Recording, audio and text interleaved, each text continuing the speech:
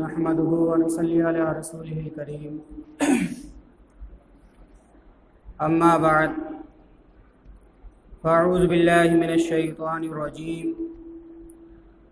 بسم الله الرحمن الرحيم قال الله تبارك وتعالى في القرآن المجيد والفرقان الحميد وبشر الصابرين الذين إذا أصابتهم مصيبة قالوا إنا لله وإنا إليه راجعون وقال النبي صلى الله عليه وسلم التائب من الذنب كمن لا ذنب له أو كما قال عليه الصلاة والسلام اللهم صل على محمد وعلى آل محمد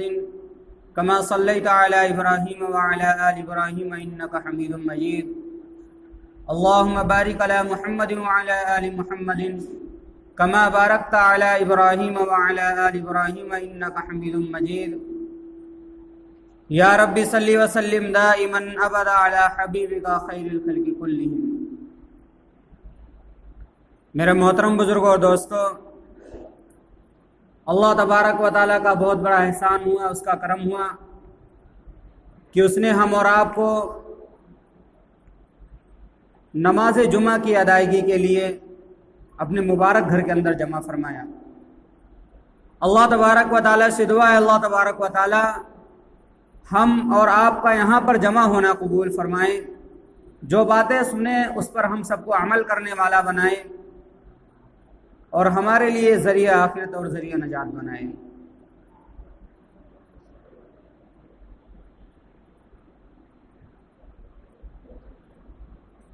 اللہ تبارک و تعالیٰ نے قرآن پاک کے اندر ارشاد فرمایا وبشر الصابرین، کہ صبر کرنے والوں کے لیے بشارت ہے، صبر کرنے والوں کے لیے خوشخبری ہے۔ اور خوشخبری کیسی؟ جب اللہ تبارک و تعالی کسی بندے کو کوئی مصیبت پہنچاتے ہیں یا کسی پریشانی کے اندر بندہ مبتلا ہو جاتا ہے، کسی تکلیف کے اندر مبتلا ہو جاتا ہے، اس کے باوجود وہ اللہ تبارک و تعالی سے اللہ نے جو اس سے وعدے کیے ہیں ثواب کی امید رکھتا ہے، اچھائی کی امید رکھتا ہے، بھلائی کی امید رکھتا ہے اور اس پر صبر کر لیتا ہے، تو اللہ تبارک و تعالیٰ نے ایسے لوگوں کے ہی بارے میں ارشاد فرمایا کہ صبر کرنے والوں کو خوشخبری سنا دیجئے، اور خوشخبری کس چیز کی ہے؟ جنت کی۔ کہ اللہ تبارک و تعالیٰ ایسے بندوں کو جنت نصیب فرمائے گا۔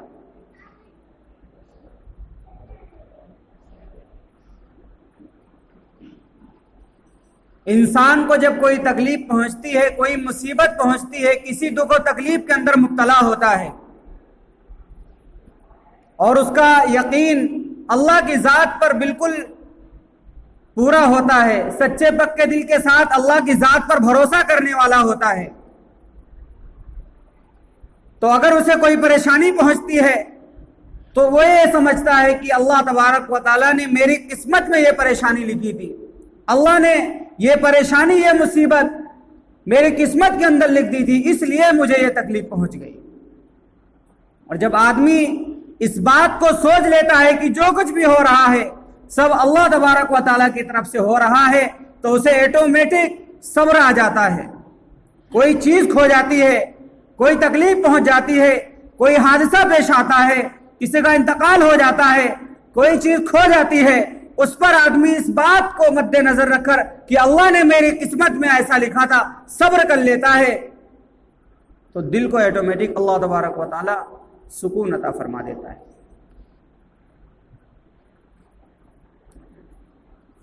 حضرت عیسیٰ علیہ السلام سے اللہ تبارک و تعالی نے ارشاد فرمایا کہ اے عیسیٰ، تمہارے بعد ایک ایسی قوم آئے گی، تمہارے بعد میں ایک ایسی امت کو بھیجوں گا کہ جب اسے کوئی تکلیف، جب اسے کوئی راحت کی خبر ملے گی، جب اسے کوئی نعمت ملے گی، جب اسے کوئی اچھی چیز ملے گی، تو وہ اس پر اللہ تبارک و تعالیٰ کا شکر ادا کریں گے.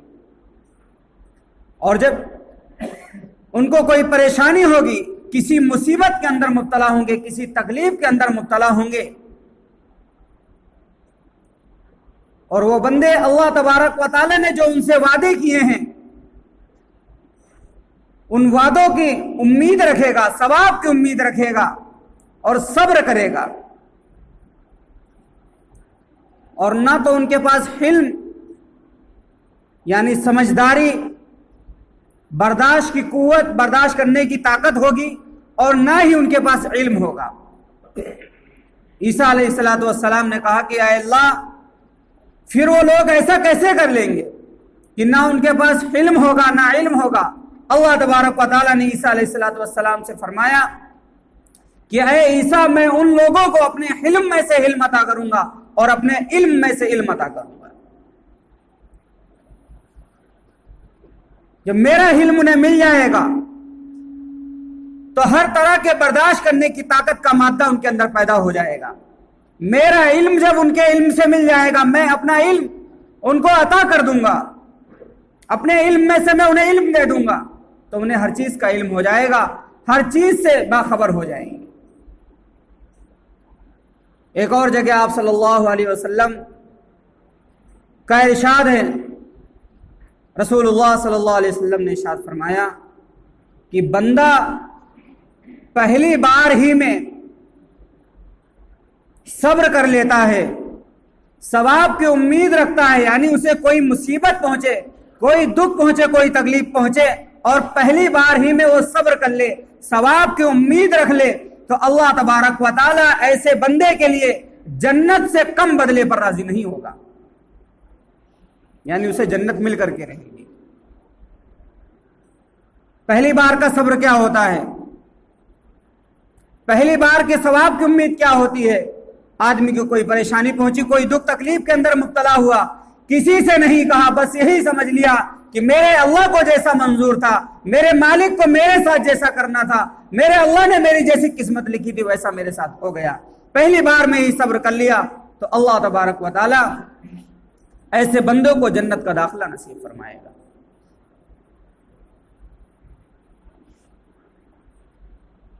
آپ صلی اللہ علیہ وسلم اور حضرت معاذ رضی اللہ عنہ آپ صلی اللہ علیہ وسلم کے پاس بیٹھے ہوئے ہیں، اور ایک دو صحابہ اور ہیں.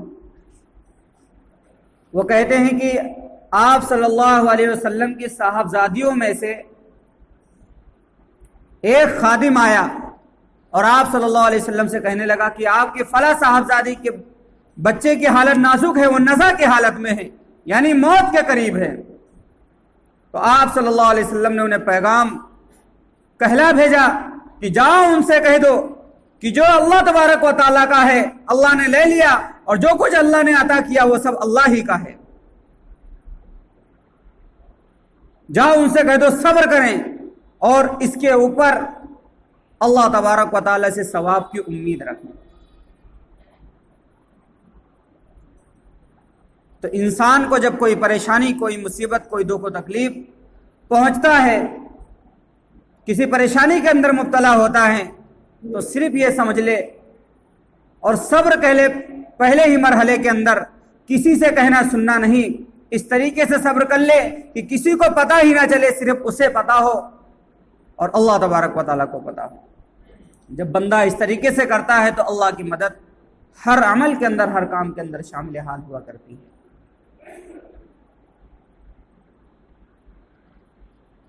اور دکھوں اور تکلیف کا معاملہ یہ ہم اور آپ کے ساتھ ہی نہیں ہے. پہلے بھی جو انبیاء اکرام تشریف لائے، پہلے بھی جو نبی اور رسول آئے، سب کے ساتھ یہ معاملہ رہا ہے. سب کو دکھوں کے اندر مبتلا کیا گیا، پریشانیوں کے اندر مبتلا کیا گیا، تکلیفوں کے اندر مبتلا کیا گیا، طرح طرح کے مصائب ان کے اوپر آئے، لیکن انہوں نے صبر کا دامن تھام رکھا، کبھی اف تک نہیں کہی، اور یہی ذہن میں رکھا کہ اب میرے اللہ کو جو منظور ہے وہ ہو کر کے رہے گا. حضرت ایوب علیہ السلام کا مختصر سا واقعہ بطور نمونہ نقل کر رہا ہوں. حضرت ایوب علیہ الصلوۃ والسلام اللہ تبارک و تعالیٰ نے ان کو طرح طرح کی سہولتیں عطا فرمائیں، بیوی دیے، بچے دیے، باغات دیے، ہر نعمت سے نوازا۔ ایک بار شیطان آیا اور شیطان اللہ تبارک و تعالیٰ سے کہنے لگا کہ تیرا بندہ جو ایوب ہے وہ تیری شکر گزاری اس وجہ سے کرتا ہے کیونکہ تو نے اس کے اوپر طرح طرح کی نعمتیں کر رکھی ہیں، طرح طرح کے احسان تو نے اس کے اوپر کر رکھے ہیں، اس لیے وہ تیری شکر گزاری کرتا ہے۔ اللہ تبارک و تعالیٰ نے شیطان سے کہا کہ تو کیا چاہتا ہے؟ وہ کہنے لگا میں یہ چاہتا ہوں کہ یہ چیزیں تو ان سے چھین لے، پھر دیکھتا ہوں کہ تیرا شکر وہ کیسا ادا کرتا ہے۔ شیطان آتا ہے، ایوب علیہ الصلوۃ والسلام کے باغات ہیں، کھیتی ہے، ان سب کو تباہ و برباد کر دیتا ہے، نیست و نابود کر دیتا ہے، اور ایک کسان کی شکل میں آ کر ایوب علیہ الصلوۃ والسلام سے کہتا ہے کہ تیرے اللہ نے تجھے کیا عطا کیا، تیرے اللہ نے تجھ پر کیا معاملہ کیا، تیرے اللہ نے تجھ پر کیا احسان کیا، تیرے باغات چھین لیے، تیری کھیتیاں چھین لی، سب کو ہلاک و برباد کر کے رکھ دیا، سب کو نیست و نابود کر کے رکھ دیا، اور تو نماز کے اندر مشغول ہے۔ ایوب علیہ الصلوۃ والسلام نے کہا کہ جا دفع ہو جا یہاں سے، تو مجھے شیطان نظر آتا ہے۔ دوسرے دن آتا ہے، ایوب علیہ الصلوۃ والسلام کے بچے گھر کے اندر کھانا کھا رہے ہیں،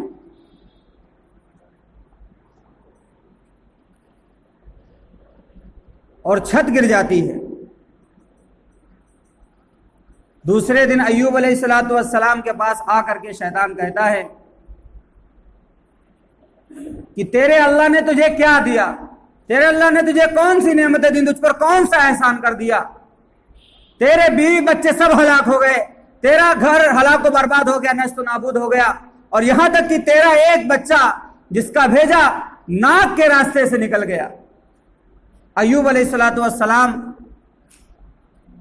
نے اس سے کہا کہ دفع ہو جا، تو مجھے شیطان نظر آتا ہے، اور حقیقت میں یہ شیطان تھا۔ تیسرے روز آتا ہے، ایوب علیہ الصلوۃ والسلام نماز کے اندر مشغول ہوتے ہیں، چراغ کو ٹیڑھا کر دیتا ہے، اس میں پھونک مار دیتا ہے، آپ کے کپڑوں کو چراغ کی آگ پکڑ لیتی ہے اور سارا کپڑا جل جاتا ہے، آپ کے جسم مبارک بھی جل جاتا ہے، آپ پریشانی کے اندر مبتلا ہو جاتے ہیں، زخم سارے بدن کے اندر پھیل چکے ہوتے ہیں، اور زخم بھی ایسے کہ ہر زخم کے اندر کیڑے پڑ جاتے ہیں۔ لیکن آپ نے اف تک نہیں کہا، آپ اللہ تبارک و تعالیٰ کی شکر گزاری پھر بھی کرتے رہے، اللہ کی نعمتوں کا احسان اپنے اوپر پھر بھی مانتے رہے، اللہ کی شکر گزاری پھر بھی کرتے رہے۔ آپ کے صبر کے بارے میں آتا ہے کہ اگر کوئی کیڑا آپ کے زخم سے نیچے گر جایا کرتا تھا تو اسے اٹھا کر کے دوبارہ اپنے زخم کے اندر رکھ لیا کرتے تھے، اور کہتے تھے کہ جب اللہ نے تیرا کھانا تیری غذا میرے جسم کو بنایا ہے تو ادھر ادھر کیوں بھاگ رہے ہو؟ تو کوئی اگر کیڑا گر جاتا تو اسے دوبارہ اپنے زخم کے اوپر رکھ لیا کرتے تھے۔ ایک بار جبریل علیہ الصلوۃ والسلام تشریف لائے اور السلام علیکم کہا، ایوب علیہ الصلوۃ والسلام نے جواب نہیں دیا، تھوڑا رک کر کے تھوڑی دیر کے بعد جواب دیا، وعلیکم السلام کہا۔ جبریل علیہ الصلوۃ والسلام نے پوچھا کہ آپ نے میرے سلام کا جواب فوراً کیوں نہیں دیا؟ ایوب علیہ الصلوۃ والسلام کہنے لگے کہ جس وقت آپ تشریف لائے تھے، جس وقت آپ نے مجھے سلام کیا تھا، اس وقت میرے جسم کے اندر ایک کیڑا میرا گوشت نوچ کر کے کھا رہا تھا، مجھے یہ خوف محسوس ہوا، مجھے یہ ڈر محسوس ہوا کہ اگر میں جواب دیتا ہوں، زبان میری حرکت میں آتی ہے تو ہو سکتا ہے کہ وہ کیڑا کھانا چھوڑ دے، اس لیے میں نے جواب نہیں دیا، تھوڑی دیر کے بعد جواب دیا۔ اور یہ کوئی مصیبت 1 دن 2 دن 10 مہینے 5 مہینے اس طریقے سے نہیں تھی، بلکہ 18 سال اسی مصیبت کے اندر ایوب علیہ السلام مبتلا رہے، لیکن اف تک نہیں کہا۔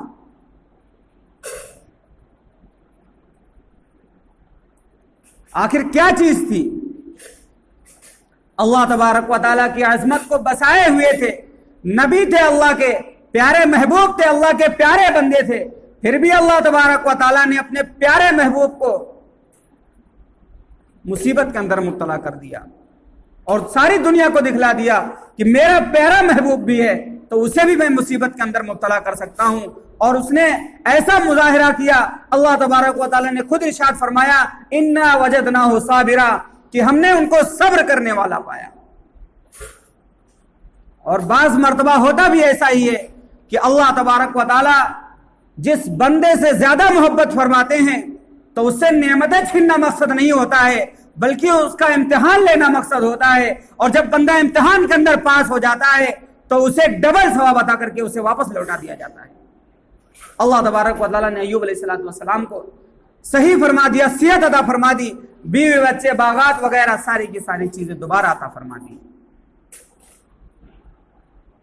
ابراہیم علیہ السلام نے ایسے ہی صبر کیا، اللہ نے جو فیصلہ فرما دیا اس کے اوپر راضی رہے، اپنے بیٹے کو قربان کرنے کے لیے چلے گئے۔ جب ان کی قربانی سچی تھی، ان کا من سچا تھا، دل کا عقیدہ سچا تھا، اللہ کے لیے جا رہے تھے، اللہ کو راضی کرنے کے لیے جا رہے تھے، جب اپنے صبر جب اپنے امتحان کے اندر پاس ہو گئے، اللہ تبارک و تعالیٰ نے انہیں ڈبل عطا فرما دیا۔ ڈبل کیا عطا فرما دیا؟ دمبے کو ان کی جگہ ذبح کروا دیا، ان کے بیٹے کی جان بچا دی۔ تو ہم اور آپ کیا چیز ہیں؟ اللہ کے پیارے پیارے لوگ جب مصیبتوں کے اندر مبتلا ہو رہے ہیں، پریشانیوں کے اندر مبتلا ہو رہے ہیں، اور کسی سے نہیں کہہ رہے ہیں، بس صرف اور صرف اللہ تبارک و تعالیٰ سے کہہ رہے ہیں۔ کوئی پریشانی آ رہی ہے صرف اللہ سے کہہ رہے ہیں، کوئی مصیبت آ رہی ہے صرف اللہ سے کہہ رہے ہیں۔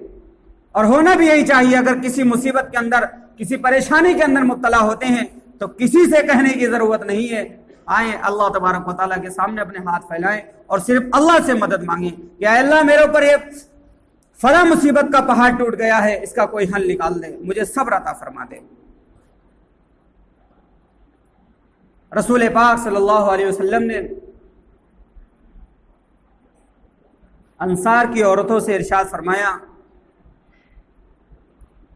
کہ تم میں سے جن کے بھی 3 بچے مر جاتے ہیں، 3 بچوں کا انتقال ہو جاتا ہے، تو وہ عورت جنت کے اندر داخل ہوگی۔ عورت ہی شامل نہیں ہے، آپ صلی اللہ علیہ وسلم عورتوں سے خطاب فرما رہے تھے، عورتوں سے ارشاد فرما رہے تھے، اس لیے آپ نے یہ کہا کہ عورت داخل ہوگی، اس کے اندر آدمی بھی شامل ہے کہ جس شخص کی 3 اولادیں مر جاتی ہیں، 3 بچوں کا انتقال ہو جاتا ہے، تو اسے اللہ تبارک و تعالی جنت عطا فرمائے گا۔ ایک عورت کہنے لگی کہ اے اللہ کے نبی، اگر 2 بچوں کا انتقال ہو جاتا ہے، آپ صلی اللہ علیہ وسلم نے ارشاد فرمایا تو اس پر بھی اللہ تبارک و تعالیٰ تمہیں یہی ثواب عطا فرمائے گا۔ تو اللہ نے کیا ارشاد فرمایا؟ وَبَشِّرِ الصَّابِرِينَ الَّذِينَ إِذَا أَصَابَتْهُمْ مُصِيبَةٌ قَالُوا إِنَّا لِلَّهِ وَإِنَّا إِلَيْهِ رَاجِعُونَ، کہ جب انہیں کوئی مصیبت پہنچتی ہے، کوئی دکھ و تکلیف پہنچتی ہے، ایک روایت کے اندر آتا ہے اللہ تبارک و تعالی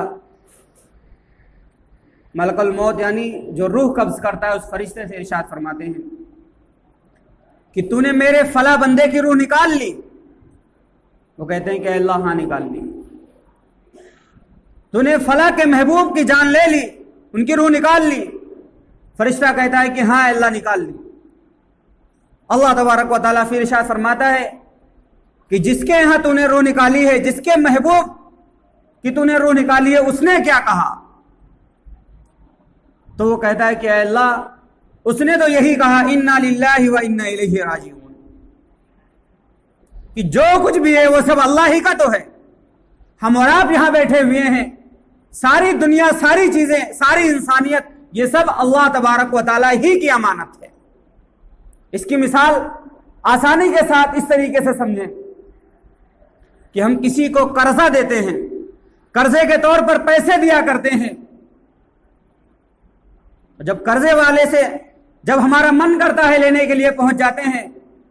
قرضدار کچھ نہیں کہہ سکتا، پیسے عطا کر دیا کرتا ہے جو ہم نے قرضے کے طور پر دیے ہیں، تو اسی طریقے سے ہم اور آپ بھی اللہ تبارک و تعالیٰ کی نعمتیں ہیں، اللہ تبارک و تعالیٰ کی امانت ہیں، اور اللہ تبارک و تعالیٰ کی امانت ہے، اللہ تبارک و تعالیٰ کو حق ہے کہ وہ اپنی امانت کبھی بھی لے سکتا ہے۔ لیکن جب امانت چھن جائے، کوئی انسان کسی کا پیارا چلا جائے، تو اس پہ اللہ تبارک و تعالیٰ نے بتلایا، اور صحابہ نے رسول پاک صلی اللہ علیہ وسلم نے عمل کر کے بھی دکھلایا۔ آپ صلی اللہ علیہ وسلم کا ایک مرتبہ جوتے کا تسمہ ٹوٹ گیا، آپ نے کہا انا للہ و انا الیہ راجعون۔ صحابہ نے عرض کیا کہ اے اللہ کے نبی، کیا تسمہ ٹوٹنے پر بھی یہ پڑھنا چاہیے؟ آپ صلی اللہ علیہ وسلم نے ارشاد فرمایا کہ جو بات بھی بندے کو ناگوار گزرے، جو بات بھی بندے کو پریشانی کے اندر مبتلا کر دے، وہ اس کے لیے تکلیف ہے۔ حضرت عائشہ رضی اللہ عنہ فرماتی ہیں کہ ایک مرتبہ چراغ بجھ گیا، آپ صلی اللہ علیہ وسلم نے انا للہ و انا الیہ راجعون پڑھا۔ حضرت عائشہ رضی اللہ عنہ نے عرض کیا کہ اللہ کے نبی، یہ چراغ ہی تو ہے۔ آپ صلی اللہ علیہ وسلم نے ارشاد فرمایا کہ بندے کو جس چیز کی وجہ سے مصیبت پہنچتی ہے، تکلیف پہنچتی ہے، کسی پریشانی کے اندر مبتلا ہوتا ہے، تو وہ اس کے لیے تکلیف ہے۔ تو اگر ہمیں کوئی پریشانی پہنچتی ہے، کوئی مصیبت پہنچتی ہے، تو ایسا صبر کریں، صبر جمیل کر کے دکھلائیں۔ صبر جمیل کہتے ہیں ایسا صبر۔ یوسف علیہ السلام جب اپنے باپ یعقوب علیہ السلام سے دور ہو جاتے ہیں تو انہوں نے صبر جمیل ہی کر کے دکھلایا۔ صبر جمیل یہ ہوتا ہے کہ بندے سے کوئی شکایت نہیں، صرف اور صرف اگر درخواست کرنی ہے، شکایت کرنی ہے، اپنے بات رکھنی ہے، تو صرف اور صرف اللہ تبارک و تعالیٰ کے سامنے رکھنی ہے۔ اسی لیے ہم اور آپ کسی کو دلاسا دیتے ہیں، کسی سے کہتے ہیں تو یہی کہتے ہیں کہ اللہ اس بندے کو صبر جمیل عطا کر دے، یعنی کسی سے کوئی شکایت نہ ہو، یہ سمجھ لے کہ میرے اللہ کا یہی فیصلہ تھا، میرے لیے اللہ تبارک و تعالیٰ نے میری قسمت کے اندر یہ چیز لکھ دی تھی، اس لیے میرے ساتھ ایسا ہوا۔ اور جب کوئی پریشانی، کوئی مصیبت پہنچے، چراغ بجھ جائے، لائٹ چلی جائے، کوئی چیز کھو جائے، کسی پریشانی کے اندر مبتلا ہو جائیں، کوئی بری خبر آ جائے، تو انا للہ و انا الیہ راجعون پڑھ لیں۔ تو وہ روایت چل رہی تھی، اس کے بعد میں اپنی بات کو ختم کرتا ہوں۔ آپ صلی اللہ علیہ وسلم، اللہ تبارک و تعالیٰ جب پوچھے گا کہ اس بندے نے کیا کہا جس کے محبوب کی تو نے روح نکالی ہے، وہ کہتے ہیں کہ اے اللہ، اس نے تو انا للہ و انا الیہ راجعون پڑھا۔ تو اللہ تبارک و تعالیٰ ارشاد فرماتے ہیں کہ ایسے بندے کے لیے، اس کے لیے جنت کے اندر ایک گھر بنا دو اور اس کا نام بیت الحمد رکھ دو، یعنی حمد کے معنی تعریف ہوا کرتے ہیں اور بیت کے معنی گھر ہوا کرتے ہیں، یعنی تعریف کا گھر۔ اللہ تبارک و تعالیٰ سے دعا ہے، اللہ تبارک و تعالیٰ ہم سب کو ان چند باتوں پر عمل کرنے کی توفیق عطا فرمائیں۔ کوئی مصیبت پہنچے، کوئی دکھ پہنچے، کوئی تکلیف پہنچے، تو ہم سب کو صبر جمیل کرنے والا